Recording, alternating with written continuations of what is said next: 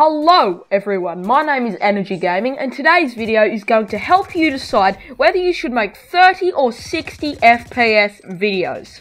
But before we get started, could we smash 5 likes? So should you make 30 or 60 FPS videos? Well, let's look at the positives and the negatives. The positives for having 30 FPS videos are: video sizes are much smaller to 60 FPS. This can shave half the size off your files and upload speeds, which means you can get more videos out in a smaller amount of time.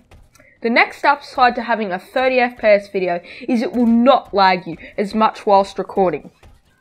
This means you're going to have a smoother time whilst recording your gameplay, which makes for a much more enjoyable experience on you and your friends. Another thing to keep in mind is this video you're seeing right now is in 30 FPS. But of course, there are some negatives. The first negative is your recording is not as smooth as a 60 FPS video. This might cause the video to look choppy, even if you had 600 frames per second whilst recording the game. This does not have anything to do with your computer either, so don't worry about that. But honestly, that's the only downside to having 30 FPS videos. But now, let's move on to the second part of this commentary, which is going to be on 60 frames per second. So what are the pros of recording in 60 frames per second? First up, your video looks a lot smoother.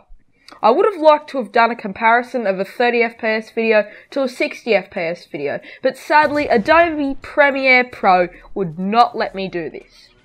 But here are the negatives for 60 FPS, and in this case, the bad outweighs the good. The first negative is that you will lag a lot more whilst recording. This means as smooth as 60 FPS is, it could still make the video look choppy. So as I always say, make sure you have a good enough computer before recording in 60 FPS. The next con is that your file sizes are going to be twice as large. What this means is that a 5-minute video could take you up to 2 hours to upload to YouTube. And that's not even in HD quality.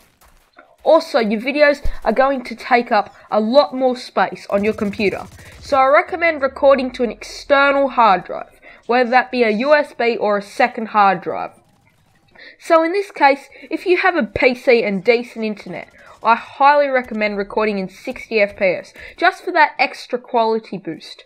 But other than that, 30 FPS is definitely the way to go on YouTube. Anyway, that's going to wrap this video up.